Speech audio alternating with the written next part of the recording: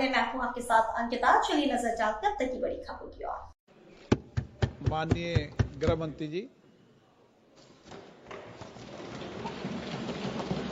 मान्यवर, संविधान के अनुच्छेद 356(1) के अंतर्गत राष्ट्रपति महोदय द्वारा 13 फरवरी 2025 को जारी की गई उद्घोषणा का अनुमोदन करने का मैं प्रस्ताव लेकर सदन के सामने आया हूं।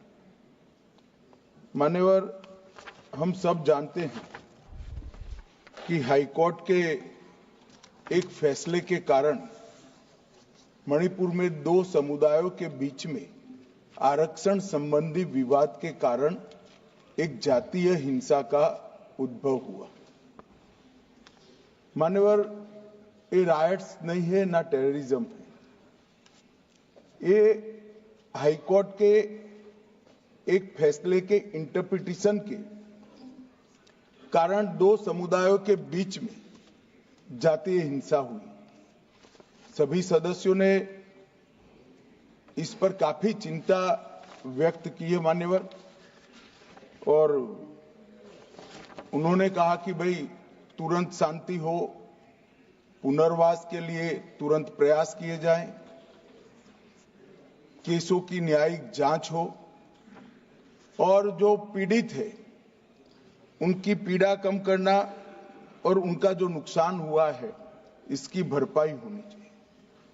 मान्यवर, दिसंबर, जनवरी, फरवरी और मार्च 4 महीने से वहां पर हिंसा नहीं है, और जहां तक कैंपों का सवाल है, पहले से ही इसके अंदर खाने पीने की व्यवस्थाएं, दवाइयां, मेडिकल सुविधाएं, ये सब सुनिश्चित कर लिया गया है। टेक्निकल एजुकेशन, मेडिकल एजुकेशन की वहां पर ऑनलाइन व्यवस्था हो चुकी है। प्राइमरी एजुकेशन के लिए कैंपों के लिए अंदर ही वहां पर वर्ग लगाए गए हैं, जहां इनकी पढ़ने की सुविधा करने का प्रयास किया गया। मैं नहीं कहता कि ये सुविधा अपने घर में रहकर बच्चा पढ़ता है इतनी अच्छी है, मगर हम सब जानते हैं मान्यवर, जब जातीय हिंसा होती है तब ये सारे प्रश्न खड़े होते हैं। मुझे लगता है कि इसको पार्टी के साथ एकदम जोड़ना नहीं चाहिए। मैं इस तरह का जवाब भी देना नहीं चाहता सदन में कि आपके समय में इतनी हिंसा हुई थी, हमारे समय में इतनी हुई, आपके समय से हमारे समय में कम हुई है। हिंसा होनी ही नहीं चाहिए।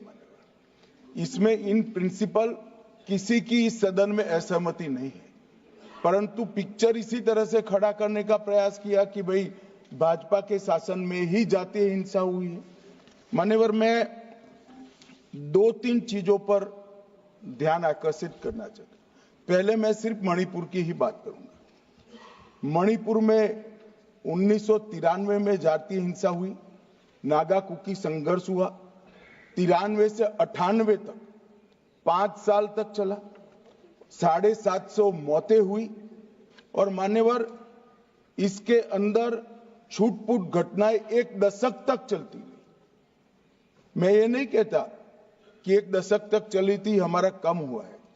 हम तो ऐसा मानते हैं हमारे समय में जरा भी नहीं होना चाहिए था, मगर एक दुर्भाग्यपूर्ण फैसला आया और इसके कारण हिंसा बढ़ी। इसको तत्काल कंट्रोल कर दिया गया। जो 260 मौतें हुई है मान्यवर, इसमें से 80% पहले 1 महीने के अंदर ही हुई, 80%। बाकी सारी मौतें बाकी महीनों में होती गई। मान्यवर, कुकी पाइते संघर्ष हुआ 97-98 में, 50 से ज्यादा गांव नष्ट कर गए, 40,000 लोग विस्थापित हुए, 352 लोग मारे गए, सैकड़ों घायल हो गए, 5,000 घर जलाए गए। मतई पंगल संघर्ष हुआ 1993 में, उस वक्त 100 से ज्यादा मृत्यु हुई थी और 6 माह तक हिंसा चली। अब मैं चित्र इस तरह से खड़ा कर दिया गया कि भारतीय जनता पार्टी विफल हो गई। मैं इतना ही कहना चाहता हूं, ये तीनों हिंसा, बड़ी बड़ी हिंसा, 10 साल, 3 साल और 6 माह और सैकड़ों मृत्यु, इससे भी ज्यादा, वो इंडी अलायंस के शासन में तीनों वक्त आपके ही प्रधानमंत्री थे और उसके बाद भी नहीं गए, कोई गृह मंत्री भी नहीं गया। जो मुद्दे उठाते हैं उनको मेरा सिर्फ छोटा सा वास्तविकता मैं बताना चाहता हूं। और मान्यवर, ये तो जातीय हिंसा थी। हमारी सरकार आई 2017 में, उसके पहले 5 साल में एवरेज 1 साल के अंदर 212 दिन मणिपुर बंद रहा है मान्यवर। कोई जातीय हिंसा नहीं थी। लगभग 1000 से ज्यादा एनकाउंटर हो गए। सुप्रीम कोर्ट को संज्ञान लेना पड़ा था मान्यवर। हमारे 6 साल में एक भी दिन बंद नहीं रहा, ब्लॉकेड नहीं हुआ, हिंसा नहीं हुई।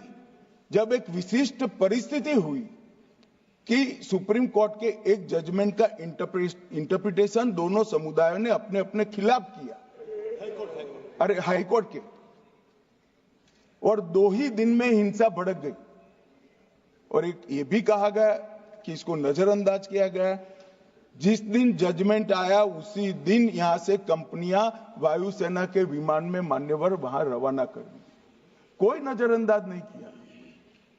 इस सब में हम सबकी संवेदनाएं बराबर है भाई, होनी ही चाहिए। परंतु मेरा आप सभी से भी विनती है कि सरकार शांति प्रस्तापित करने के सभी प्रयास, उच्चतम प्रयास कर रही है। कृपया इसको पॉलिटिसाइज न करिए। और पॉलिटिसाइज करना है तो फिर डिबेट होगी, उसमें जवाब भी पॉलिटिकल देना पड़ेगा। मगर मैं ये नहीं चाहता मान्यवर। मैं चाहता हूं जिसका भी मृत्यु हुआ है, इस सदन ने उसके प्रति सम्मान रखना चाहिए, संवेदना रखनी चाहिए, मन में दर्द भी रखना चाहिए। राष्ट्रपति शासन आने के बाद दोनों समुदायों से चर्चा भी हुई। 2 मीटिंग दोनों समुदायों के सारी संस्थाओं से अलग अलग हुई है और बहुत कम समय में एक संयुक्त मीटिंग भी भारत सरकार के गृह विभाग के अधिकारियों के साथ होगी। हम इसका रास्ता ढूंढने का प्रयास भी कर रहे हैं। मगर पहली चिंता शांति प्रस्तापित करने की है। जैसा मैंने कहा, 4 महीने से एक भी मौत नहीं हुई है, 2 इंजर्ड हुए हैं और परिस्थिति बाय एंड लार्ज कंट्रोल में। मैं नहीं कहता संतोषजनक है।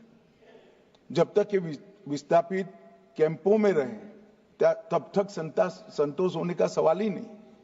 पुनर्विसान पैकेज पर भी अभी चर्चा चल रही है मान्यवर। और आज तो मैं सदन के सामने मान्यवर ये राष्ट्रपति शासन का अनुमोदन कराने के लिए आया हूं। ये कहा गया कि अविश्वास प्रस्ताव, कोई अविश्वास प्रस्ताव रिकॉर्ड पर नहीं मान्यवर।